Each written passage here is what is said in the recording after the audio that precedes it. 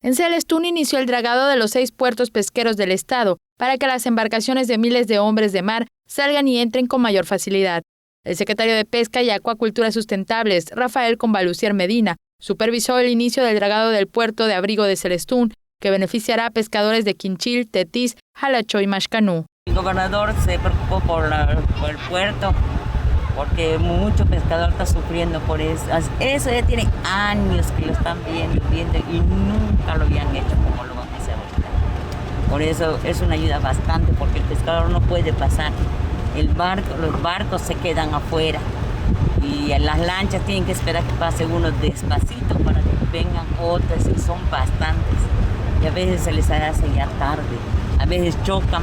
Estamos muy contentos y agradecidos que el señor gobernador haya gestionado esto, porque en realidad sí lo necesitamos.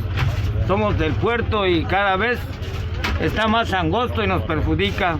Algunos motores se han echado a perder por esto.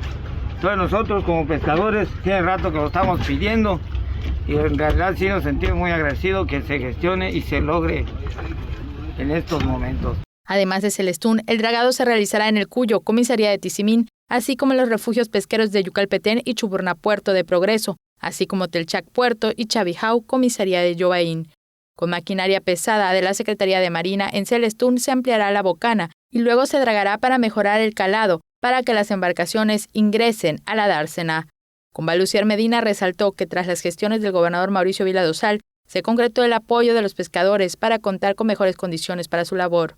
El funcionario refrendó la disposición de la Administración Estatal de seguir trabajando a favor de los hombres y mujeres de mar del Estado para que tengan mejores condiciones para obtener el ingreso familiar.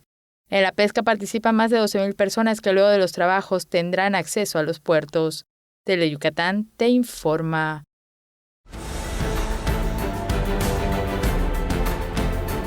Teleyucatán te informa, lunes a viernes 3 de la tarde. Síguenos.